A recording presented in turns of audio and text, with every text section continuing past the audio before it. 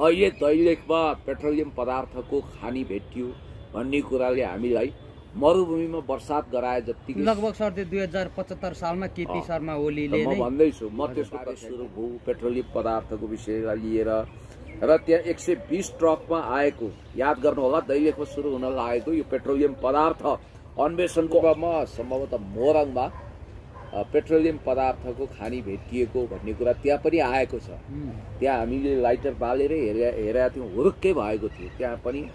हजुर सर नि अहिले यो दैलेखमा चीनको लगानीमा लगभग 2 अर्ब 50 करोड लागतमा पेट्रोलियम पदार्थको त्यहाँ अन्वेषण हुँदै रहेछ, रिग हाउस निर्माण गरिँदै रहेछ। कसरी हेर्नुभएको छ? धेरै खुसीको कुरा हो शुभ समाचार। मित्र राष्ट्र चीनले हमेसा नेपालको शान्ति स्थिरता र विकासको लागि मेगा प्रोजेक्टहरू लन्च गर्न सहयोग गरिरहेको छ। खुल्ला दिलका साथ नेपालको शान्ति, नेपालको विकास, नेपालको स्थिरताको लागि मित्र राष्ट्र चीनले खुल्ला सहयोग गरेको छ। त्यसैले त अहिलेको यो मेसोमा तपाईँले जे इन्फर्मेसन दिनुभयो त्यो सोरै आना सत्य हो। नेपाल पेट्रोलियममा आत्मनिर्भर छैन। हाम्रो दुःख र विडम्बना यो हो कि हामीले पेट्रोलियम प्रडक्ट्स विदेशबाट आयात गर्नुपर्छ। 170 प्रति लिटर अहिले भनेपछि एकदम महँगोमा हामीले त्यसलाई उपभोग गर्न विवश छौँ। हामीले क्रुड अयल मगाएर या रिफाइनिङ गर्ने एउटा सम्भावना पनि खोजेका थियौँ, त्यो पनि अहिलेको लागि सम्भावना भएन।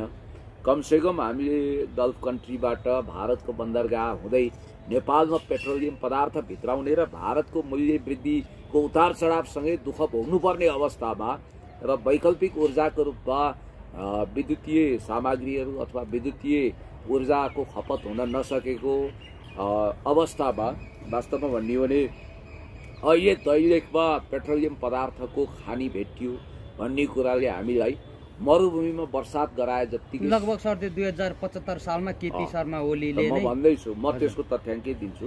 लगभग हामीलाई गोबी र सहारा मरुभूमिमा वर्षात भए जत्तिकै आनन्दित बनाएको छ। हामी खुसी भएका छौँ।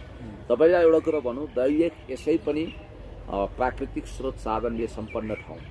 दैलेखमा मुख्य अन्वेषणको ड्रिलिङको कार्य सुरु भयो पेट्रोलियम पदार्थको विषयलाई लिएर र त्यहाँ 120 ट्रकमा आएको याद गर्नु होला दैलेखमा सुरु हुन लागेको यो पेट्रोलियम पदार्थ अन्वेषणको अन्तिम ड्रिलिङको लागि रिग हाउस निर्माणको कार्य जब सुरु भएको छ, जलजलले आइपुगिसकेका छ 120 वटा ट्रक र त्यो सामानहरूको व्यवस्थापनसँगै रिग हाउस निर्माण थालियो। यो अति खुसीको कुरा हो, किनभने रुपेडिया नाकाबाट आउनुपर्ने 150 ट्रक मध्ये 120 ट्रक जलजलले आइपुगेका छन्। दैलेखको भूभागमा रहेको पेट्रोलियम पदार्थको परिमाण पत्ता लगाउन अन्तिम अन्वेषणको कामको लागि जलजलेमा 4 किलोमिटर ड्रिलिङ गर्न रिग हाउस निर्माणको काम सुरु भएको पनि छ र धेरै ठुलो र धेरै तौल भएको सामानको व्यवस्थापनको लागि 3 वटा मुख्य क्रेनको पनि त्यहाँ प्रयोग गरेको देखिन्छ। र तपाईँलाई एउटा कुरा भनौँ, ड्रिलिङ मुख्य केन्द्र मानिएको जलजलेमा 30 मिटर उचाइमा बन्ने रिग हाउसको तल्लो भाग निर्माण पनि सुरु भइसकेको छ। मैले अलिकति तपाईँलाई प्राविधिक जानकारी पनि गराएँ। मित्र राष्ट्र चीन जोसँग नेपालको सम्बन्ध sweeter than honey, deeper than ocean, higher than mountain, अर्थात् हिमाल भन्दा अग्लो, सागर भन्दा गहिरो, मह भन्दा मिठो तहको सम्बन्ध भनेर तत्कालीन चिनिया लेजेन्डरी प्राइम मिनिस्टर माओ त्से-तुङको बहुत प्यारो प्रधानमन्त्री चाउ एन लाईले नेपाल चीनको सम्बन्धको विषयमा, रिलेसनसिपको विषयमा यसरी उहाँले ग्लोरिफाइड गरेर इन्टरप्रिटेसन गर्नुभएको थियो। त्यही मित्र राष्ट्र चीन जो नेपालको हर मौसमको साथी हो, उसले नेपालमा पेट्रोलियम पदार्थ अन्वेषण गर्न, खानी अन्वेषण गर्न यो ढङ्गले सहयोग गरेको छ। र यो कुरा भनेको 2075 सालमा सम्माननीय पूर्व प्रधानमन्त्री सधैँ अध्यक्ष कमरेड केपी शर्मा ओलीज्यूकै पालामा भेटिएको थियो। त्यहाँ पेट्रोल खानी छ भन्ने कुरा वैज्ञानिकहरूले पत्ता लगाइसकेका थिए, भूगर्भविदहरूले त्यसको जानकारी गराइसकेका थिए। त्यहाँ मात्रै होइन, पूर्वमा म गएको पनि थिएँ। हाम्रो रमेश प्रसाईजीको मित्र जीवन विष्टजीले त्यहाँ मलाई लानु पनि भएको थियो। त्यहाँ पूर्वका मिडियाकर्मी साथीहरू जानुभएको थियो र पूर्वमा सम्भवतः मोरङमा पेट्रोलियम पदार्थको खानी भेटिएको भन्ने कुरा त्यहाँ पनि आएको छ। त्यहाँ हामीले लाइटर बालेर हेरेका थियौँ, हुरुक्कै भएको थियो। त्यहाँ पनि फेला परेको छ। खैर अब दैलेखको त काम सुरु भइसकेको छ। म यसको लागि सरकारलाई धन्यवाद दिन चाहन्छु। यस्तो काम हुनुपर्छ। अब जहाँसम्म रुपेडिया ढाकाबाट, रुपेडिया भनेको त यता पर्यो होइन नेपालगञ्जको हो, त्यहाँबाट आएका माल सामान आउनमा ढिलो भएको हो कि के भएको हो कि भन्ने कुरा छ। एउटा विशेषता के भने मित्र राष्ट्र चीनले हमेसा नेपालको शान्ति स्थिरता विकासको लागि निस्वार्थ तरिकाले सेवा गर्छ, मद्दत गर्छ, सहयोग गर्छ, अनुदान दिन्छ। Belt and road initiative BRI अन्तर्गत त्यो प्रोजेक्ट कार्यान्वयनको लागि पनि चीनले तदारुकता देखाएको छ। हाम्रो सरकारको धिमापन, गतिहीनता, सुस्तताको कारण हामीले यथोचित नतिजा र उपलब्धि प्राप्त गरेका छैनौँ। पर्यटनको अथाह सम्भावना छ, जल जमिन जङ्गलको उत्खनन हुन सकेको छैन। तर तपाईँले एउटा कुरा के ख्याल गर्नुपर्छ भने अब सधैँभरि स्ट्याग्नेसनमा बस्दैन। जस्तो मेरो गाउँ, मेरो नगर निजगढसम्म जोड्ने काठमाडौँ तराई द्रुत मार्ग फास्ट ट्र्याक निर्माण अहिले लगभग अब अन्तिम चरणमा पुगेको छ र यो 83 सालभित्र हस्तान्तरण गर्ने भनिए पनि बढीमा 84 साल लाग्ला। गौरवशाली नेपाली सेनाले त्यसको 80-90% काम कम्प्लिट गरिसकेको भन्ने खुसीको खबर पनि छ। सुरुमा त्यसलाई भारतले स्ट्याग्नेसन गर्न खोजेको थियो, होल्ड गर्न खोजेको थियो। भारतले बनाइदिने भनेको प्रोजेक्ट त उही छेपाराको उखान जस्तै हुन्छ। उसले हर्डल गर्छ, उसले बाधा अवरोध गर्छ। यही पेट्रोलियम पदार्थ उत्खननको विषयमा पनि उसले कतै बाधा व्यवधान त खडा गर्ने होइन। ऊ असल छिमेकीको हिसाबले होइन, ब्रदरहुड एटिच्युडको रूपमा बडे मिया बडे भाइको एटिच्युडका साथ प्रस्तुत हुने गर्छ। हामीलाई चाहिएको नेबरहुड हो। तपाईँलाई एउटा भनौँ, इन्टरनेसनल रिलेसन फरेन पोलिसी हाम्रो विषय पनि हो।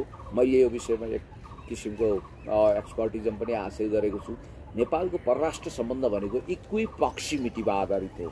यो एक हिसाबले भन्नुपर्दा समसामिप्यता भन्छ यसलाई नेपालीमा, त्यसमा आधारित छ।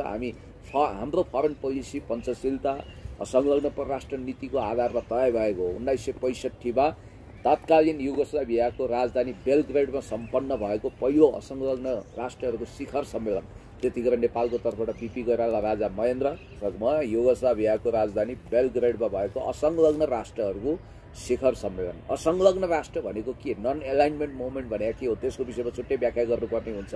अहिले जस्तो कि इरान र इजरायलको बिचमा हेजबुल्लाह, इरान समर्थित हेजबुल्लाह समूहले युद्ध भड्काएको आरोप इजरायली प्रधानमन्त्री बेन्जामिन नेतान्याहुले लगाउनु भएको छ। बेन्जामिन नेतान्याहु भनेको तिनै पात्र हुन् जो 1997 देखि बिचमा कन्टिन्युटी जर्क भए पनि अहिलेसम्म प्रधानमन्त्री भइरहेका पात्र हुन्। र मैले तपाईँलाई भनौँ, जस्तो हामी असंलग्न परराष्ट्र नीति र पञ्चशीलतालाई अपनाउँछौँ भने हामी कतै समाजवादी शिविरतिर ढल्किँदैनौँ, पुँजीवादी कितातिर कोल्टिँदैनौँ। हामी तटस्थतामा विश्वास गर्छौँ भनेको नन एलाइनमेन्ट मोमेन्ट, जस्तो कि त्यो मोमेन्टको प्रणेता मध्ये नेपाल पनि हो। त्यतिखेर युगोस्लाभिया अहिले जो संसारको नक्सामा छैन, बस्निया हर्जगोभिना, सर्बिया, कोसोभो, मोन्टेनेग्रो, मेसेडोनिया आदि इत्यादिमा विभाजित छ। र तत्कालीन युगोस्लाभिया जसलाई मार्शल ब्रजर टिटोले नेतृत्व गर्नुभएको थियो, युगोस्लाभियाका तत्कालीन राष्ट्रपति मार्शल ब्रजर टिटो, इन्डोनेसियाको प्रधानमन्त्री सुकार्नो, क्युबाको राष्ट्रपति फिडेल कास्ट्रो, घानाको राष्ट्रपति एना क्रोमा, त्यसै गरी तपाईँलाई थाहा छ अनगिन्ती विश्व नेताहरू जम्मा भएर, अनि त्यसपछि इजिप्टको राष्ट्रपति अब्दुल गमाल नासेर सहितका विश्व नेताहरू, चाइनिज प्रधानमन्त्री चाउनवाई, भारतीय प्रधानमन्त्री जवाहरलाल नेहरू सहित नेपालको बिपी कोइराला महेन्द्र खडा भएर असंलग्न परराष्ट्र नीतिमा हामीले हस्ताक्षर गरेका थियौँ। त्यो अन्तर्गत नेपाल कुनै पनि शिविरतिर ढल्किँदैन। तर भारतले नेपाललाई जबरजस्त विवादमा तान्न खोजिरहेको हुन्छ, उसले जबरजस्त नेपालमा विकास प्रक्रियालाई हर्डल गर्छ। त्यसकारण खबरदार, अब जस्तो कि इजरायल इरान न्युक्लियर वार भयो भने त विश्वको अस्तित्वमाथि नै प्रश्न चिन्ह लाग्न सक्ने। एकछिन लेट मी टेल। र त्यो तृतीय विश्वयुद्धको दावानल त्यहाँबाट झोकिन सक्ने खतरा भएको हुनाले नेपालले आफ्नो तटस्थता कायम गर्नुपर्छ। युनाइटेड नेसनको बहुत पुरानो देश भएको हैसियतले नेपालले आफ्नो भूमिका क्लियर गर्नुपर्छ। अब दैलेखको जहाँसम्म खानी उत्खननको कुरा छ, तपाईँलाई थाहा छ अमेरिकनहरूले अथवा वेस्टर्नहरूले एमसिसी गर्नुको एउटा कारण भनेको रुबी उत्खनन गर्ने उनीहरूको मिसन पनि हो भनेर कतिपयले भनिरहेका छन्। नेपालमा बहुमूल्य धातुहरू छन्, खनिजहरू छन्, त्यसलाई उत्खनन गर्न विदेशीहरू आतुर छन् भनेर पनि भनिन्छ। त्यसकारणले गर्दाखेरि हामी आशावादी छौँ, भरोसा लिन्छौँ कि दैलेखमा उत्खनन गरिएको पेट्रोलियम पदार्थले नेपाल पेट्रोलियममा आत्मनिर्भर हुनेछ। कमसेकम अलिक बढी नै उत्खनन भयो, धेरै ठाउँमा उत्खनन भयो भने हामी सप्लाई पनि गरौँला, धनी हुँला बेचेर। सर यो चीनको लागतमा यति धेरै अब यही चीनले नै काम गरिरहेका छन् यो प्रोजेक्टमा भने केही न केही स्वार्थ त होला नि सर, होइन के लाग्छ? होइन, स्वार्थ छैन, निस्वार्थ ढङ्गले उसले के सोध्छ भने चिनिया महामहिम राष्ट्रपति सी जिनपिङको एउटा भनाइ छ, हामी महानदी वा समुद्र बन्न वरिपरिका खोलाहरू भरिभराउ हुनुपर्छ, त्यहाँ सुक्नु हुँदैन। चीनले नेपाल सुखी होस्, समुन्नत होस्, विकसित होस्, तब न नेपाल एउटा असल छिमेकी हुन सक्छ। भिख माग्ने भोको देशले कहिले पनि असल छिमेकीको भूमिका निर्वाह गर्न सक्दैन भन्ने मान्यताको आधारमा महामहिम विश्व राजनेता चिनिया राष्ट्रपति सी जिनपिङको त्यो मान्यता प्रतिपादित भएको हो र चीनले हमेसा नेपाललाई इमान्दार भएर सहयोग गरेको छ। उसले एक इन्च जमिन पनि मिचेको छैन, जबकि काँडेतार भन्ने अस्ति ऐतिहासिक फिल्म पनि लाग्यो, जो हलमा पानी पिउन नपाइकन विदेशी षड्यन्त्र स्वदेशी षड्यन्त्रको कारण उत्रिन विवश हो। त्यति कतिको सिनेमा हामी पनि राष्ट्रवादी त्यति रहन्छौँ, चिसा ब्लडका छौँ। तर एउटा कुरा, काँडेतार लगाउनु पर्ने, पर्खाल लगाउनु पर्ने वा भिजा पासपोर्ट लगाउनु पर्ने अवस्था किन आयो आज याद गर्नु होला, किनभने हजारौँ हेक्टर जमिन नेपालको मिचिएको छ, नेपालको सरहदभित्र आतंक मचिएको छ भन्ने कुरा पनि आएको छ। त्यसकारणले गर्दाखेरि म यति कुरा भन्न चाहन्छु, मित्र राष्ट्र चाइनाले त विशाल हृदय बनाएको छ।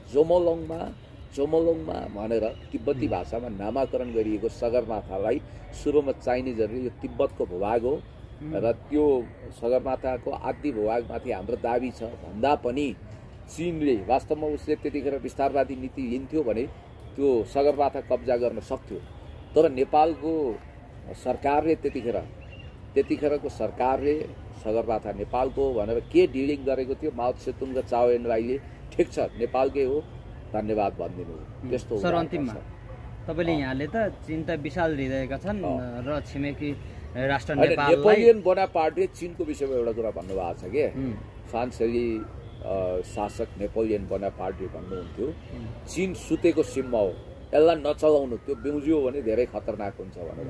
अहिले सिंह सुतिरहेको छ, खबरदार कुनै पनि विदेशी शक्ति प्रतिक्रियावादी दक्षिणपन्थी साम्राज्यवादीहरूले चीनलाई बिउजाउने कोसिस नगर्नु, नत्र भने आफ्नो काल आफै निम्ताउनु सक्छ। जस्तो छ तर चाइनासँग भन्दा पनि अलिकति ब्रदर दाजुभाइ प्रकारको सम्बन्ध चाहिँ इन्डियासँग छ नेपाल। तर इन्डियाले चाहिँ होइन त्यसलाई यसरी हेर, तर इन्डियाले चाहिँ सर जुन अब हामीले पेट्रोलियम पदार्थको बारेमा कुरा गरिरहेको थियौँ, यो उत्खनन गर्यो भने पक्कै पनि बाधा लगाउँछ नि। पहिला पनि यहाँले अघि नै भन्नुभयो मोरङतिर जुन प्रकारको एउटा सङ्केत गरिएको थियो, त्यहाँ पनि बाधा लगाउन आइपुगेको थियो इन्डिया। त्यस्तो त्यो भइरहेको होइन। नेपाल धनी भयो, विकसित भयो, नेपाल सार्वभौमसत्ता सम्पन्न देशको रूपमा समृद्ध हुँदै गयो भने उसलाई के हेडाक छ भने नेपाल उसको दासताको जुवामुनि नारिँदैन, उसको भजमनै हुँदैन, उसको दास हुँदैन, नोकर हुँदैन, दासानुदास हनुमान दास हुँदैन। त्यसकारण नेपाललाई जहिले पनि न्युरिमुन्टी नगराउनको लागि ऊ ललायत हुन्छ र ऊ त्यो ढङ्गले माइक्रो एन्ड म्याक्रो म्यानेजमेन्ट सहित उसले नियन्त्रित अस्थिरताको लागि नेपाललाई प्रयोगशाला बनाइरहेको हुन्छ। र तपाईँलाई एउटा इन्ट्रेस्टिङ कुरा गरौँ, भारतको सबभन्दा ठुलो कुण्ठा के हो भने नेपाललाई उसले आफूमा मिलाउन सकेन भन्ने। खबरदार, नेपालको इतिहासमा जतिखेर अस्तित्व थियो त्यतिखेर भारत भन्ने नामै विश्वको मानचित्रमा थिएन। भारत भन्ने देश, भारतका कतिवटा नाम आजादी पाए हो, आजादी पाएकै 1947 मा। भारतको कतिवटा नाम छ, हिन्दुस्तान, इन्डिया, भारत, के नेपाल भनेको एउटै छ, यानि पिएल अङ्ग्रेजीमा नेपाल। नेपाल बाहेक अर्को नामै छैन हाम्रो। त्यसकारण हामी बहुरूपिया छैन। अब जहाँसम्म तपाईँले भन्नुभयो अब भारतले ढाङ अडाउला के गर्ने उसको त्यो खालको विस्तारवादी नीति होला, तर त्यो झुक्नु भएन। अब चुक्नु पनि भएन, झुक्नु पनि भएन। मित्र राष्ट्र चीन अगाडि बढिसकेको छ र हामी उसलाई स्वागत गर्नुपर्छ र नेपाल समृद्ध र विकसित बनाउनै पर्छ। हस् त सर, धन्यवाद समयको लागि।